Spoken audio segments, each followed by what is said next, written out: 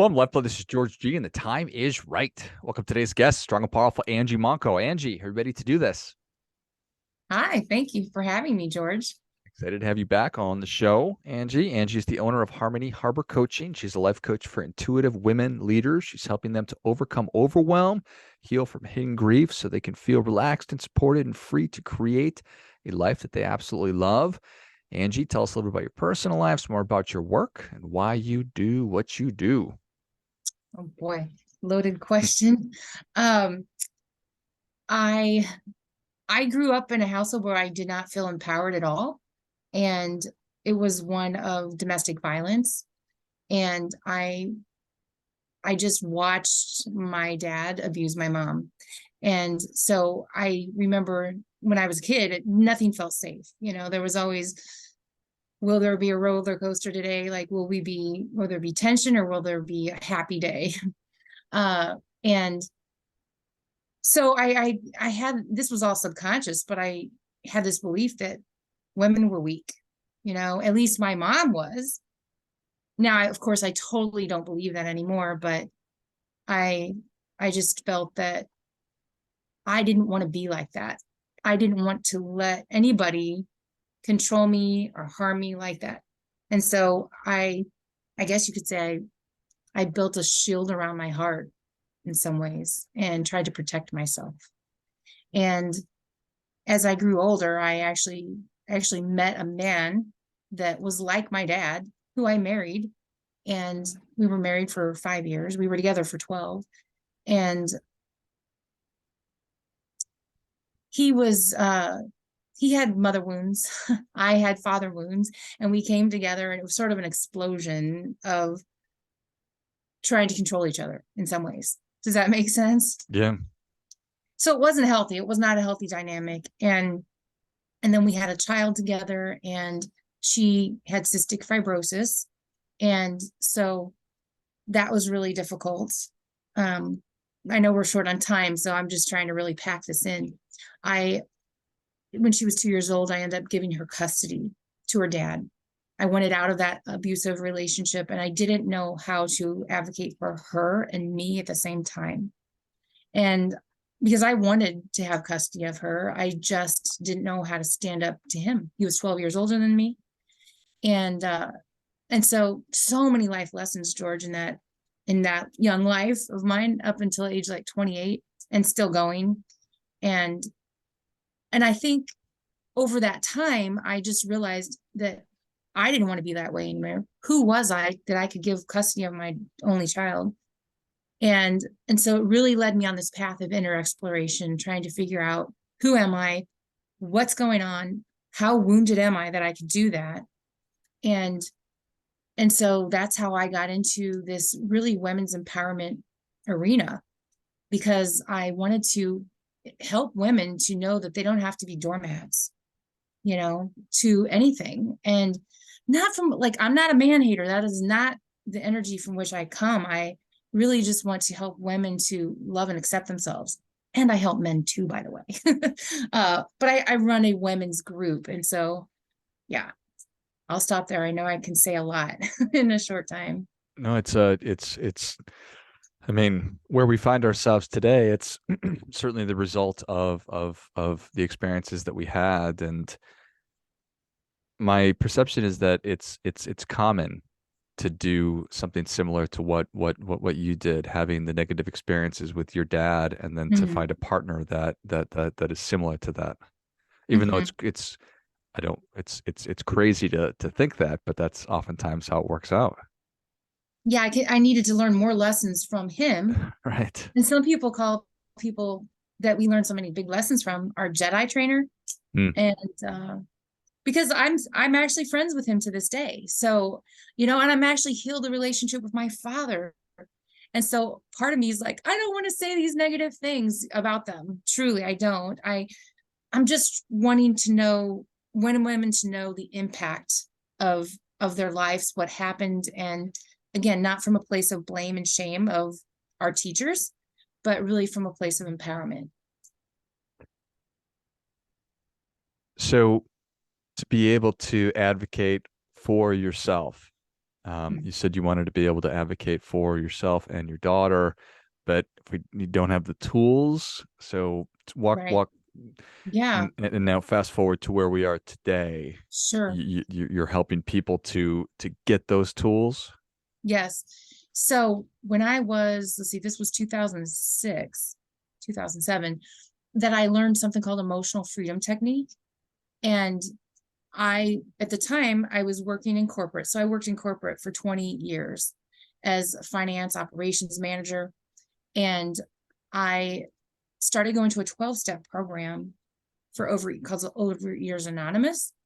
And it was at that time that I learned, because I was in finance accounting, like, how would I go from that to life coaching? I was at this 12-step meeting, and someone approached me after a meeting and they said, have you ever thought about being a life coach? And I didn't do anything with it. A year later, someone said the same thing.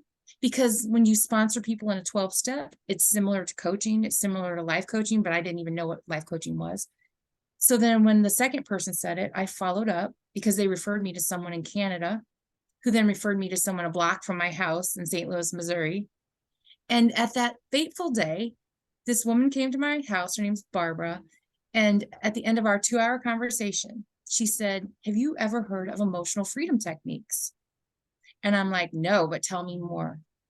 Because I wanted to empower myself. I knew my emotions had been leading me all my life, and I felt out of control with them.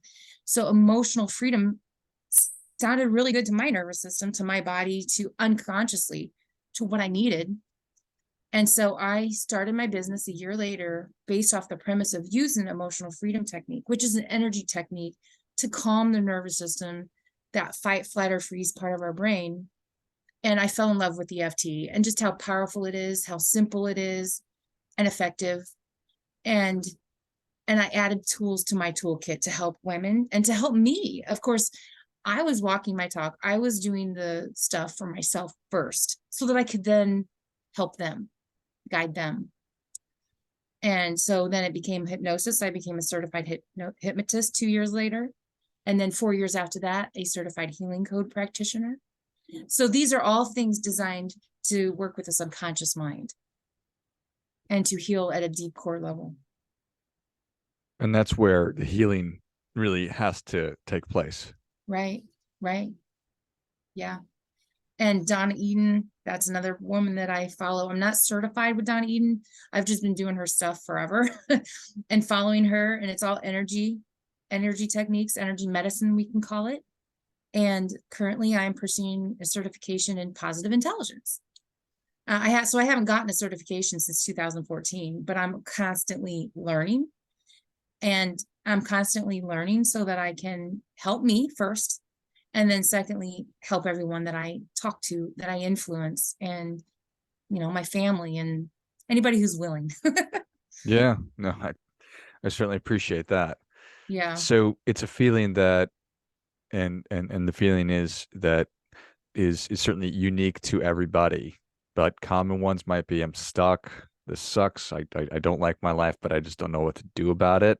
I'm in an actual horrible domestic violence situation, or I just might feel like my life is blah. right. And I've been playing around with, what do I solve? What do I solve? What's the problem that I solve? And it's hard to sometimes distill that down to one thing. When we, as a life coach, we can do so many things. We can pick so many focuses. And I picked intuitive woman leader because that's who I have been. I did 20 years. I was a CPA. I had teams that I led in AT&T and smaller companies as well, and then in public accounting. So I've had a diverse experience there. And then running my own business for the last 15 years. So I do see myself as an intuitive. Intuitive is important because I've learned to trust my intuition. So I don't have to worry, well, how am I going to show up with George today? Well, I'm going to show up the same way that I do with my family. And I don't have to wear that mask. I can just show up as me. And that's enough. And so intuitive means I'm trusting my gut. I'm trusting my instincts, my subconscious to lead me where I need to go. And then the woman leader part I just explained. And And then what's the problem I solve for these women that I solve for myself? Well, that's a little bit more complex, but did you know that overwhelm, because that's what a lot of women are dealing with, is overwhelm? Overwhelm equals trauma in the body, Hmm. somatically in the body. Overwhelm is the same experience as trauma. Did you know that? I did not. So overwhelm equals trauma to the body. And where there's overwhelm and trauma, grief can be found close by. And so I'm playing around with this of, well, how do I meet them where they're at? How do I connect with them? Because if I were to say, I have 3 steps to heal grief, hidden grief, they'd think, well, I'm not grieving. I haven't lost anybody close to me or whatever. You see, people associate grief with loss. But it's much more than that. Grief comes from any change, in our life, any significant change that occurs, which could be a divorce. It could be moving to another state. It could be moving schools when we're a child. Do you know that's so traumatic for children to move a school or to move from one house to the next? I mean, people don't think about it, but so hidden grief, it's hidden because we're not consciously aware of it. It's hidden in our subconscious, in the beliefs that we adopt as we're growing up. Does that all make sense to you? It does. Being intuitive and trusting my instincts. Once I'm aware that I have some kind of a negative, flawed belief that was given because I grew up in a home. It could be about relationships, it could be about money, whatever, diet and exercise. I am now aware that I have these beliefs, and I'm like, okay, that helps explain why I am doing the things that I'm doing over and over again. And I work to unwind those, to replace them with more beneficial, positive beliefs. Do you find that people are like, well, how do I trust my instincts if they're based on these limiting beliefs? How do I get to that point where I can trust myself? Yes, that's a great point. And the way that I view this, how I can discern that, is if we have a belief or a thought that's fearful, it's coming from a place of fear, it's usually a saboteur type of belief. We all have like 10 different saboteurs. Saboteurs are not necessarily bad, right? They're not bad. I mean, they're just part of us. They're part of us. They're part of the collective consciousness. So if it comes from fear, we don't have to trust that. We don't have to trust our thoughts at all. Not those thoughts. It's usually that silent voice, that little whispering voice that's very quiet, sort of quiet in the background, but it comes from this place of love and compassion for ourselves, not beating ourselves up for our history, our past. Like I could beat myself up, and I did for a long time, for giving custody of my daughter.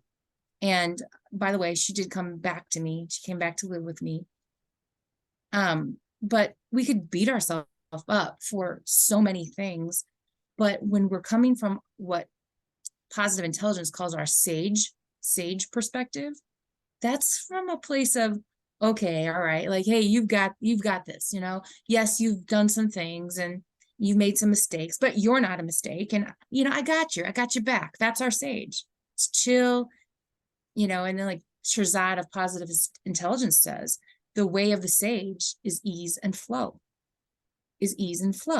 So if we're in struggle and fear, we know we're coming from a saboteur mindset, like our hands on that hot stove. But if we come from ease and flow and like, this is fun, I'm having fun, then we know we're coming from our higher self, our sage perspective, or our intuition. It's all kind of the same thing. So that those saboteurs, negative thoughts, whatever, that they're present doesn't mean that I haven't done the work, because they're Correct. always going to be present. That is right. Just like anxiety, because We all have anxiety. Everybody has it. If you're human, you have it. But yet, most leaders don't want to admit to that. They don't want to admit, hey, I'm nervous or I'm scared or whatever. We put this wall, this facade up that says, I've got to be strong and I got to show the world this image. And that's, I mean, that is the ego. That's how the ego operates. But it's not the sage. It's not the higher self. It takes so much more energy to maintain that image. And that's why the anxiety comes, because we fight it. We resist the anxiety, whatever that anxiety is. So anxiety is really just a cloak for all negative emotions. And so it can show up as in boredom even. But anxiety is anxiety, and we all have it. And there's nothing to be ashamed of. And in fact, those saboteur voices will always be here. They will always be here. It's just a matter of, how do we handle it? What do we do with the anxiety when it shows up? I hope it's not confusing when I'm saying anxiety interchangeable with saboteurs, because it's kind of bundled together. We don't resist it.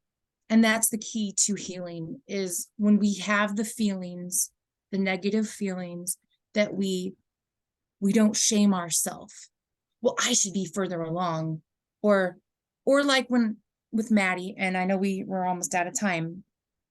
So I lost my daughter, Maddie, when she was 22 years old. And that was in 2018. And there are times, like, because I think of her every day, there are times when I have the grief come up, and I'm like, then I'll shake my head, like, I'll shake my head like, no, like, that's not right. She shouldn't be gone. But then I say no to that and say, she is gone. And I'm just going to feel that grief, and I'm going to breathe through that grief, and I'm going to cry, and I'm going to release, and then the feeling leaves. That's non-resistance. We can do that with overwhelm. I just got to say one more thing, because with overwhelm, this is where I really help women. Overwhelm equals trauma, equals grief, all of that, which we don't want to deal with as a society. When we get overwhelmed, what do we think? The thought is, I have all these things on my long to-do list, my monster list to do, and I'm not going to get them all done today. And so the reason we resist this is because we think it's reality. Well, of course I'm overwhelmed because I actually do have to do all those things. And because we see it as truth, we don't breathe into the overwhelm. We resist it. Like, well, do you see what I'm saying? I Like, do. we're not even aware that we are overwhelmed. Maybe we are, but we believe the cause of that overwhelm is outside of us. So we don't accept it. We just stay in resistance. That's super powerful. I think, Yeah, it's a very, very human loop, and particularly when we're talking about people who are trying to do and doing, big things in the world, who are leaders in their lives, communities, or work. Uh, it's very, very natural and probably essential to have gotten us where we are right, to put that ego into it. right. So we don't question it. It's like, well, yeah, I'm feeling overwhelmed because I'm doing a lot of stuff. And whereas with the grief, I could recognize, okay, I miss Maddie. So let me just breathe into that. We can do the same thing with overwhelm, even though we justify it more. It's like, okay, I have blah, blah, blah, blah, A, B, C, D, D to do today. Well, how do we embrace that instead of resist it? We could just say, oh, there's that voice. It's a saboteur. It's a part. There's that voice that's telling me I have to go at such a rapid pace, that I cannot slow down, that I can't relax. There's that voice. But is that really true? Is that really true? We can question it. Maybe questioning it then is the way to not resist it. Okay, I'm feeling this. I'm going to breathe through this stress. I'm going to breathe through the overwhelm and the anxiety.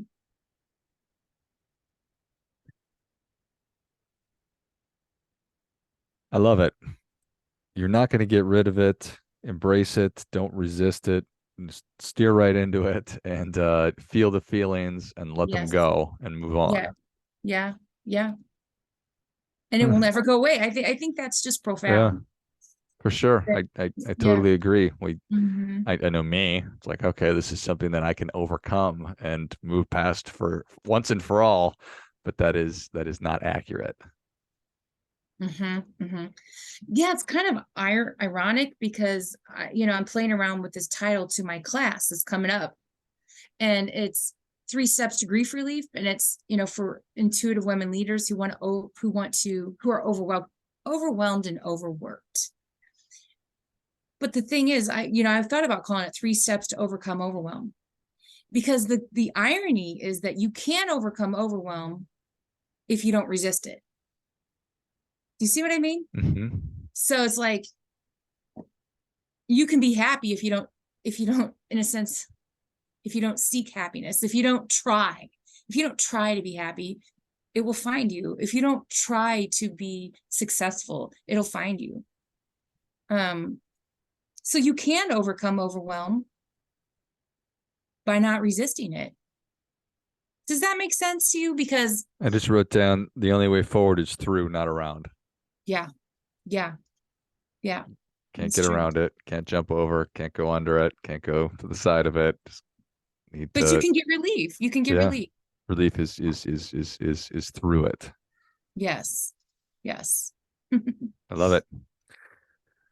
I love it, Angie. That is super powerful and something Thank that you. certainly all of us experience. But having the tools to be able to actually successfully do it and successfully manage, I think is super super helpful. So I appreciate you coming back on and sort of Thank you. sharing a little bit of it. Where can people learn more? How can people engage with you?